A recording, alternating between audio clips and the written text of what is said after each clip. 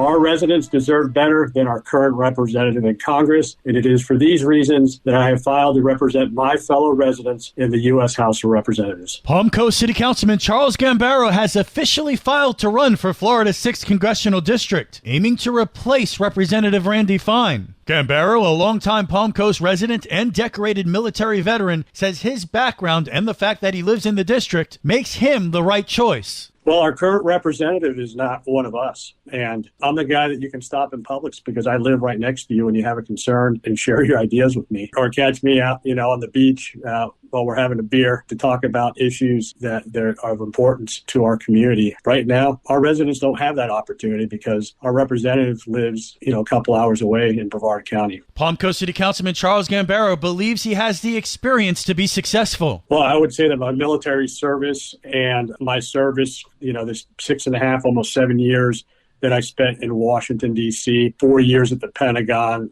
over a year at the National Security Council at the White House, working in the intelligence community, and then working at the very top of government and also engaging Congress makes me a good fit to, hit the ground running and tackle the issues for our community in D.C.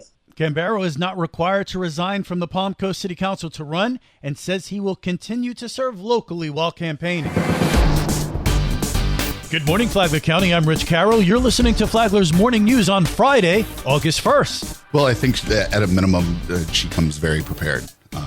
She's a lawyer by trade, so does a ton of research, asks a lot of questions, which is great. Palm Coast City Councilman Ty Miller joined Free for All Friday last week to pull back the curtain on city government. Despite the drama in City Hall, Councilman Miller says the City Council works because of the strength of its members, like Vice Mayor Teresa Pontieri. For me, at least, I'll go through our backup data and point out the things that I'm thinking about, and a lot of times those will match up with what she is asking about, but sometimes she'll ask a question that sparks a new question for me that I wasn't thinking of. And as for Councilman Dave Sullivan, Dave's great. I think he's been kind of a reasonable middle ground in the council by being added. Things where he says, I think best practice is that we only approve this if all of us approve it.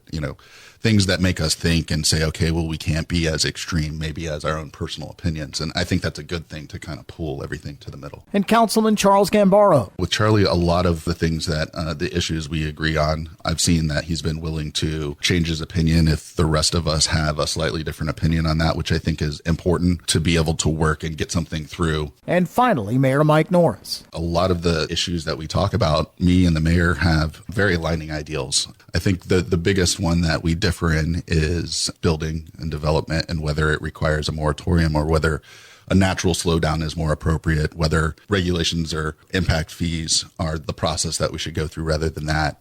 But for the most part, in terms of his management of our ideals, in terms of the vision for where we see the city, I think we align on a lot of different things. I'm Daryl Moody, reporting.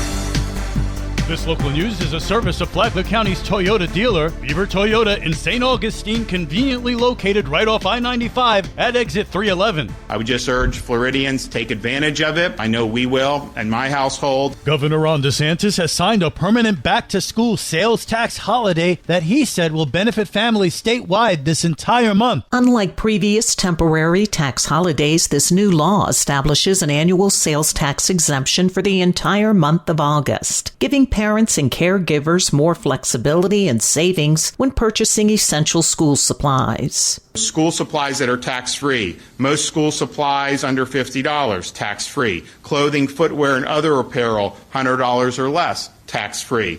Learning aids for $30 or less, tax-free. Personal computers and certain accessories, $1,500 or less when purchased for non-commercial use, entirely tax-free. So if you want to find a full list of tax-free items online, go to floridarevenue.com/back-to-school, floridarevenue.com/back-to-school. Governor DeSantis adds this policy reflects Florida's commitment to supporting taxpayers' education and family well-being. So I'm appreciative that this has been done.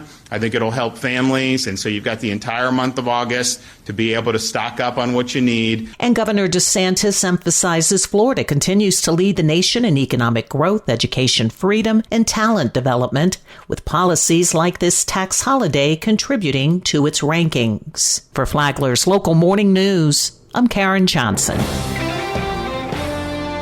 It's the first weekend of August, and there's plenty of family fun going on in Flagler County. This is Stacy with Fun for Augie Kids. Flagler Beach First Friday offers free family fun with live music, dancing, food vendors, arts and crafts, and more. Bring the crew and soak in the coastal vibes at this monthly celebration. One Family at a Time, Inc. invites you to a free back-to-school extravaganza with medical evaluations, food, games, backpacks, and surprise giveaways. Come celebrate the start of the school year. Flagler School's free back-to-school jam brings backpacks, games, resources, opportunities to meet staff, explore clubs, and kick off the year strong. Blast off into creativity at Home Depot's Free Kids Workshop, this time with a Space Odyssey twist. Build, craft, and explore hands-on fun while supplies last. For more on these events and others, please visit us on our website at fun4augiekids.com. Have a great weekend.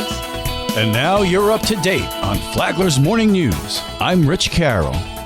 And now, Mike Licio with your WNZF local sports update. The Potato Bowl is just 2 weeks away. For first-year Bulldog coach Patrick Turner, fall camp is not just about identifying starters. We try to create competition, and I think we've done that at certain positions. And we've got players pushing each other and competing for a job. But ultimately, we want to create good teammates. To build that spirit, the Bulldogs attended a team camp at Stetson University last month. We had a great week, of camp and came out healthy, which was the biggest thing. And saw some good competition. Offensively and defensively, we started clicking. We bonded as a team, came closer together. So it was a really, really good experience for us at camp. With quarterback Hayden Hayes now at the University of Chicago, Turner talked about his potential predecessors for 2025. We got some really good talent. Obviously, we got Ladarius Simmons, more of our dual threat guy. And then we got Caden Birchfield, transfer from Matanzas, and he's got a high football IQ as well. Throw the ball really, really well. So it's good to have two quarterbacks that, like I said, they're pushing each other, competing for a job, but they're also encouraging each other. The team has rallied behind both of them, which has been really, really good to see that they're encouraging each other. So it's going to be fun. Hear that full interview on tomorrow's Rich and Mike Sports Show, 11:30 a.m., right here on WNZF. The Bulldogs will head to Palatka to face the Panthers and Terry Parker in a 3-team preseason jamboree 2 weeks from today. August 22nd, they travel to the Ship to take on Matanzas in the 17th Potato Bowl, live on WNZF and the Flagler Radio app. FPC will be the site of the 2025 Flagler Open, an AAU-sanctioned weightlifting competition for high school students and class of 2025 graduates. Competition begins tomorrow at 9 a.m. This is your home for local sports, with updates Mondays and Fridays. From the WNZF Sports Desk, I'm Mike Licio.